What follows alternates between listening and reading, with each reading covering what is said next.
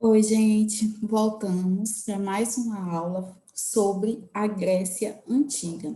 Nas aulas passadas, nós comentávamos sobre a Grécia Antiga, principalmente sobre as cidades-estados de Esparta e Atenas. Nós refletimos sobre as características comuns, tanto de sociedade como organização política, tanto de Esparta como Atenas, e nós vimos que elas eram cidades bem contrapostas, uma mais guerreira, outra ligada a conhecimentos da democracia.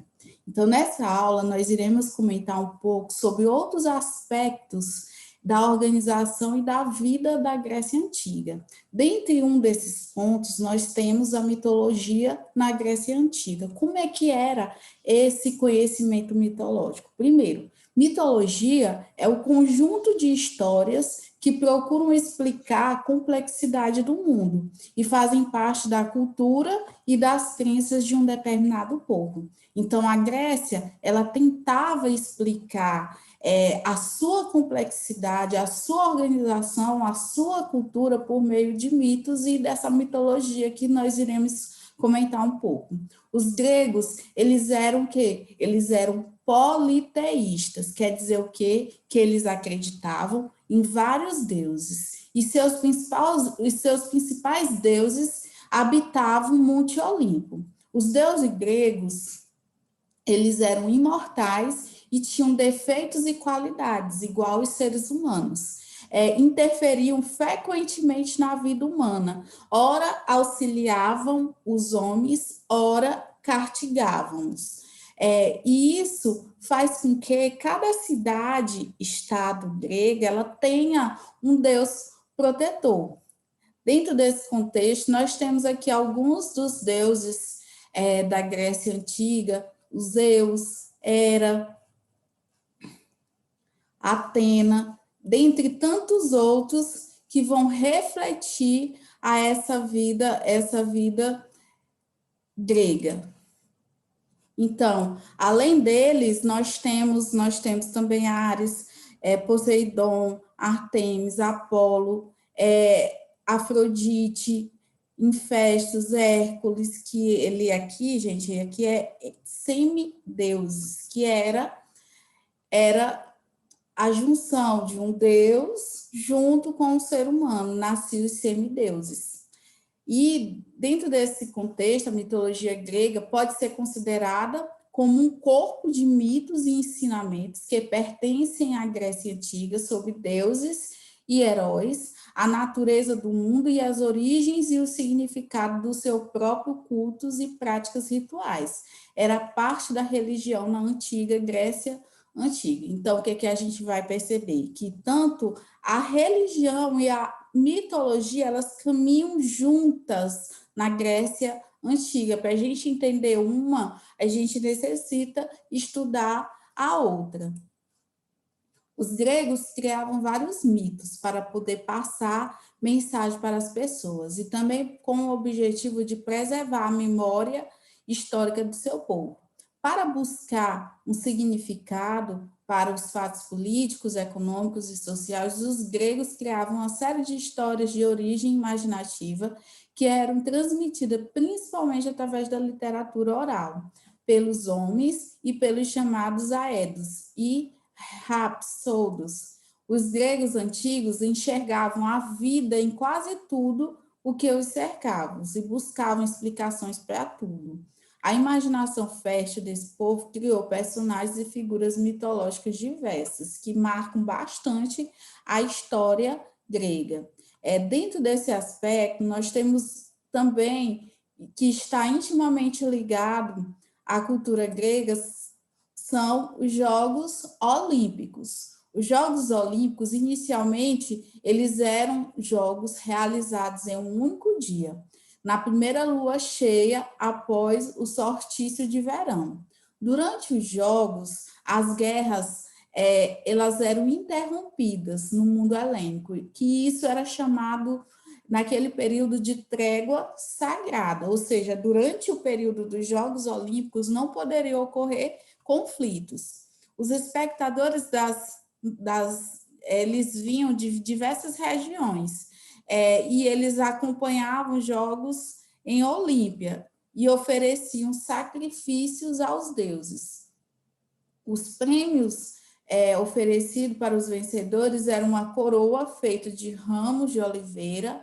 A vitória estava vinculada à honra do atleta vencedor e dos seus deuses que haviam favorecido, além de causar grande orgulho à cidade. Então, vejam aqui uma coisa que fazia parte da cultura grega, que até hoje está, nós vivenciamos a cada 4 anos na sociedade moderna, que são os Jogos Olímpicos. Os Jogos Olímpicos, os primeiros a se realizarem foi em 776 a.C., e eles realizavam de 4 em 4 anos, e eram os jogos em honra de Zeus. Neles participavam jovens de todo o mundo grego. Algumas das provas desportivas eram as seguintes: luta, pentáculo, lançamento de dardo, do disco, salto em altura e em comprimento, corridas de bigas ou quadrigas. Além disso, além desse aspecto, outro fator que tornou a Grécia bastante conhecida é a sua filosofia, a ciência e o conhecimento grego. O nascimento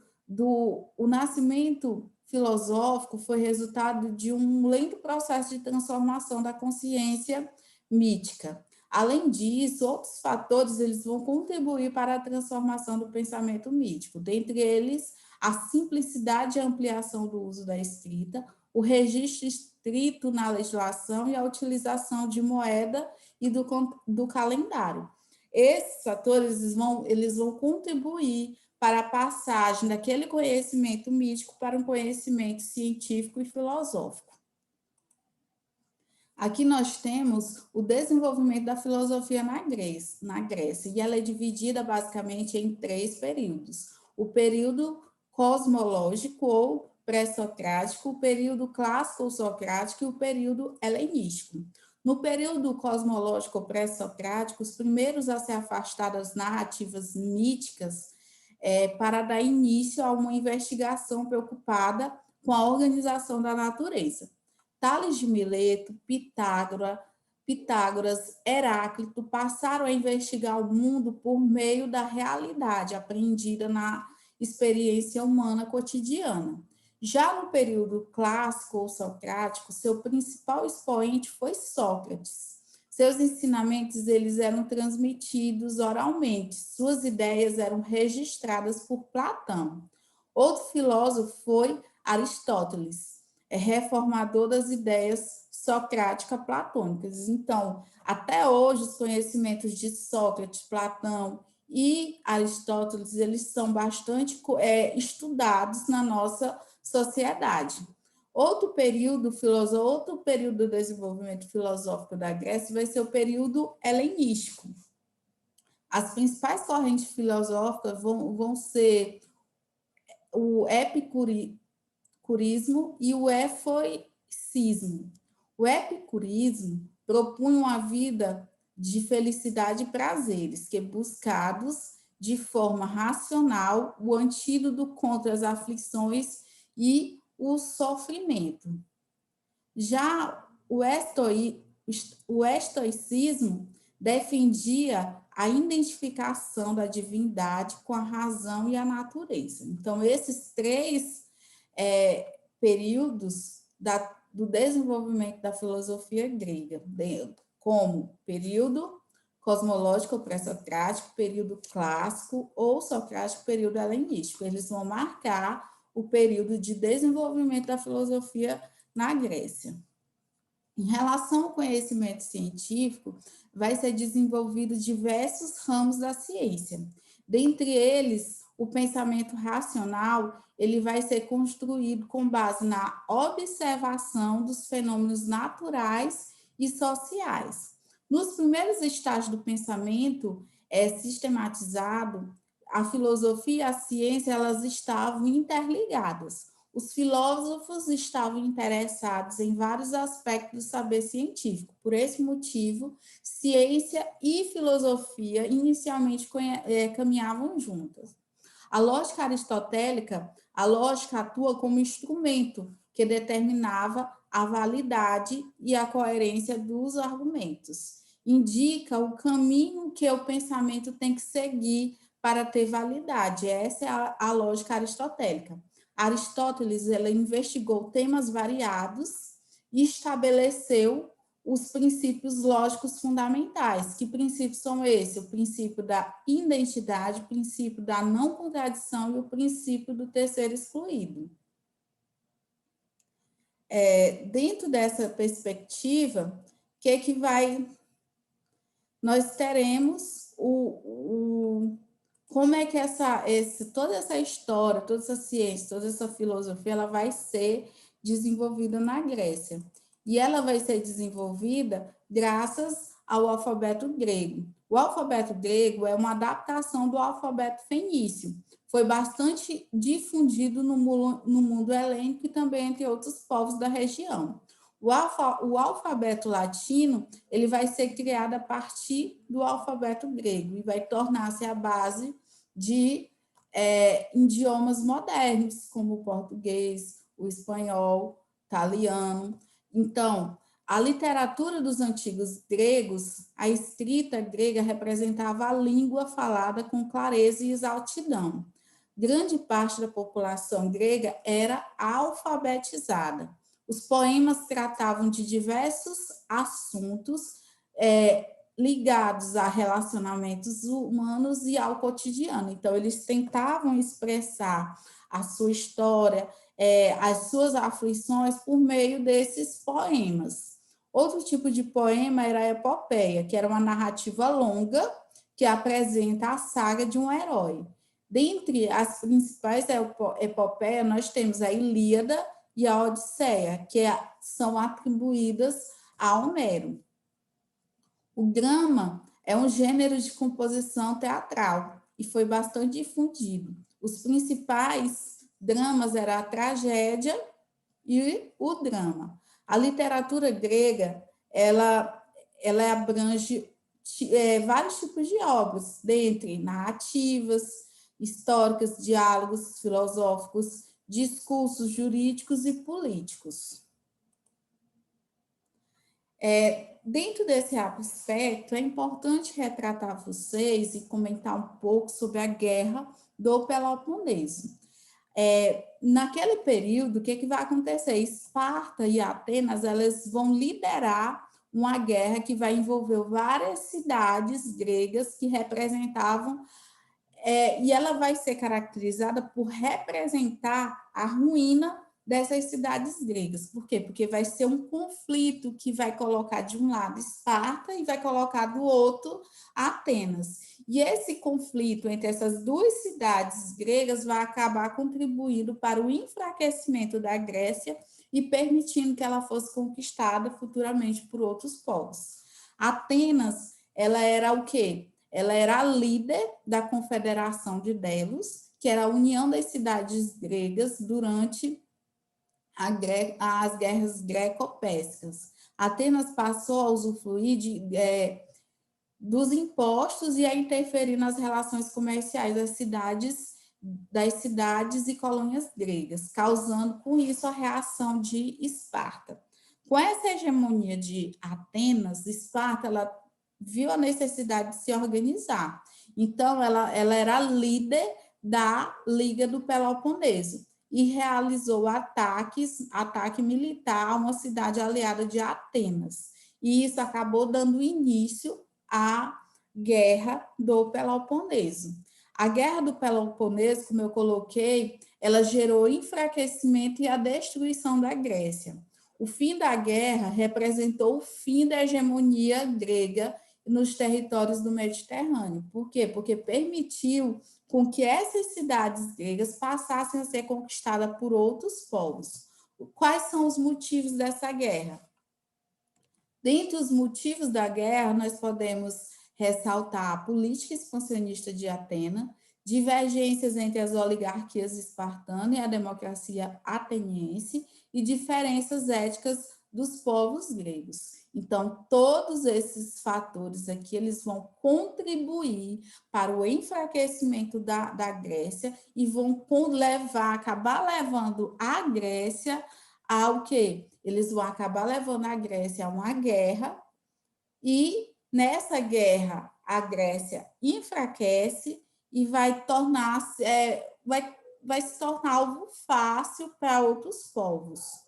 Então, Guerra do Peloponeso, Atenas, Confederação de Delos, e Esparta, Liga do Peloponeso. Resultado, enfraquecimento e invasão por parte dos macedônios. Por quê? Porque os macedônios eles vão conquistar a Grécia nesse período em que ela vai se enfraquecer em virtude da Guerra do Peloponeso. As consequências da Guerra do Peloponeso. Na visão do historiador grego Tucídides, a Guerra do Peloponeso, ela estendeu-se por longo tempo e no seu curso a Hélade, que é a Grécia, sofreu desastres como jamais houvera num lapso de tempo comparável. Nunca tanta gente foi exilada ou massacrada, quer no curso da própria guerra, quer em consequência de divergências civis. Sendo assim, podemos afirmar que a consequência direta dessa guerra foi o esfacelamento da Grécia e a sua conquista pela Macedônia. Então, todos são unânimes em colocar que uma das principais consequências da Guerra do Peloponeso vai ser o enfraquecimento da Grécia, o que vai tornar possível a vitória e conquista dos povos macedônios. Período helenístico, o período helenístico ele vai se caracterizar pelo período em que os macedônios eles vão invadir os territórios da Grécia antiga, que não vão conseguir resistir em virtude do enfraquecimento provocado pela Guerra do Peloponeso. Alexandre o Grande deu continuidade à política expansionista de Filipe II e fundou um dos maiores impérios da antiguidade. E um desses impérios, o maior desses impérios, ele era chamado de Império Macedônico. E ele contribuiu bastante para o período helenístico, que é o período de fusão dessas culturas. Então, a integração cultural, as vitórias de Alexandre provocaram mudanças sociais, políticas, econômicas e culturais dos povos dominados, que estimulou o quê? A miscigenação entre esses povos, traçou novas rotas comerciais e fundou várias cidades. Procurou criar a unidade do seu território. A fusão entre a cultura grega e de outros povos deu origem ao quê? Ao período helenístico. Então, o que é esse período helenístico? É o período de fusão entre a cultura grega e a cultura de outros povos. Aqui nós temos um dos reflexos dessa cultura, vai ser a Biblioteca de Alexandria, que vai ser fundada pelo sucessor de Alexandre, Ptolomeu I Sóter, e ela pretendia montar um acervo com as principais obras produzidas pelo mundo, de todas as áreas de conhecimento. Ela solicitou aos governantes dos diversos reinos que enviassem cópias dos seus acervos. Na biblioteca eram traduzidas obras persas, indianas, hebraicas, entre tantas outras. A cidade de Alexandria apresentava grande efervescência cultural, que proporcionou o intercâmbio de conhecimento e a difusão de cultura urbanística. Então, gente, isso aqui são outros aspectos da cultura grega que nós estudamos hoje. Mitologia, os Jogos Olímpicos e o conhecimento grego. E para resumir bem o que nós falamos sobre a história grega, nós temos aqui esse quadro, que demonstra a localização da Grécia, que foi no sul da Península Balcânica, e o seu solo era bastante fértil. Uma das principais atividades era o comércio, era a principal atividade econômica, o azeite de oliva, e a sua moeda era o dracma. Nós falamos também da rivalidade entre as cidades de Atenas e Esparta. Atenas era uma democracia que exclui as mulheres e os escravos e os estrangeiros. Existiu o escravismo e o etnocentrismo. Uma das atividades mais notáveis era o comércio, e a sociedade ela era dividida em os cidadãos, os metecos e os escravos. Já na Esparta, ela era uma oligarquia agrária, marcada pela educação militar, voltada para que os homens fossem guerreiros e soldados, homens, guerra e serviços públicos, mulheres, criar os futuros guerreiros, sociedades, espartanos, periecos e lotas. A história grega ela é dividida nos seguintes períodos: pré-homérico, que ocorreu a formação da Grécia, com a vinda de vários povos, aqueus, cretenses, jônios, dórios, e nós temos o período homérico, e o período arcaico, o período clássico e o período helenístico.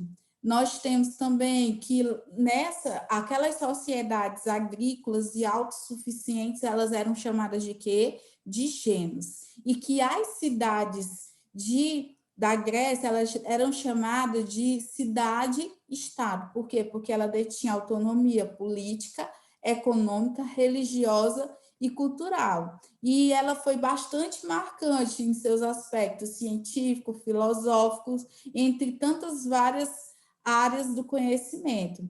Lá na Grécia, no estudo da Grécia, nós estudamos sobre as guerras médicas, que foi o conflito entre gregos e persas, onde os persas invadem a Grécia e são derrotados, e a formação da Liga de Delos, que era liderada por Atenas e consegue a hegemonia de Atenas. Em virtude de tudo isso, o que vai acontecer? Essa hegemonia de Atenas vai gerar um conflito lá na região grega, e esse conflito vai dar origem à Guerra do Peloponeso, que vai ser o conflito entre Atenas e Esparta, e vai marcar a contradição entre a Liga de Delos e a Liga do Peloponeso contra o domínio de Atenas. 10 anos de guerra termina com a vitória de Esparta. Todavia, como nós colocamos, essa guerra do Peloponeso ela foi crucial para o enfraquecimento da Grécia e a sua conquista pelo Império Macedônico.